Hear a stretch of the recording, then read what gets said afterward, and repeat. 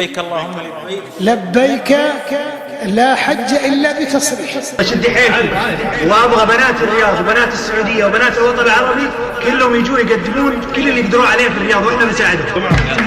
قاتلكم الله يا دعاة الشر يا أصل الفتن يصل الرذيلة والخنا أخزاكم الله يا ذلال. قاتلكم الله يا دعاة الشر يا أصل الفتن يصل الرذيلة والخنا أخزاكم الله يا ذلال. شوهت الدين الحنيف أين الفرائض والسنن أحرمتمون الحج ووصلت العرب للاشتعال. حرمت الحج الذي قد شرعه مولى المنن من أجل إرضاء اليهود. حاربتم الله ذو الجلال قلت لنا لا حج إلا بالتصاريح يا خوان في شرع من هذا الفتاوي يا دعاة الانحلال. أما المراقص والملاهي والتعاري في العلن حللتموها مثل ما التحشيش والخمر الحلال. دنستوا البيت الحرام نجستموا أطهر وطن. الله يخزيكم ويخزي من ترك دينه ومال. يشكي لمن ولا لمن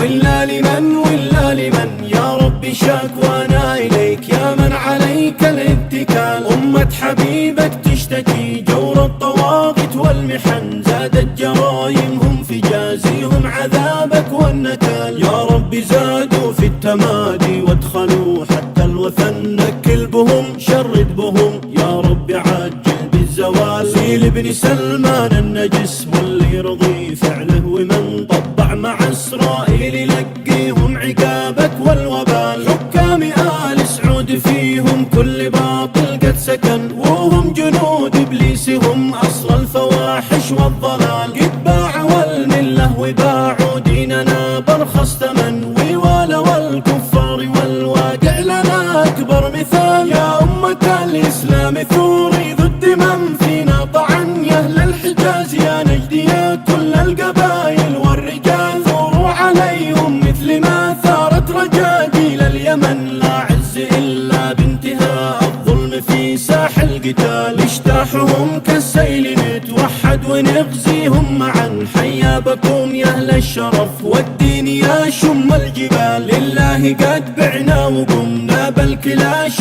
والكفن بعد التهامي نقتحم نهجم لهم مثل النبال. استبشروا قد حانت البيعة ومن خان الطحن وقت الخلافة حان والشاهد عليهم اقتتال. أين الثلاثة كلهم أبناء خليفة أولا يتقاتلوا من أجل هذا الملك ذي صعب المنال. ويحج والحجج بلا حاكم وهذا ثانيا ويكون حدث بين الحجيج يا رب سلم كل حال. يصيبهم ذاك الكلب هذا حقيقة ليس ظن وتسل دماء الناس للعقبة في كم من دم سال. يتحقق أقوال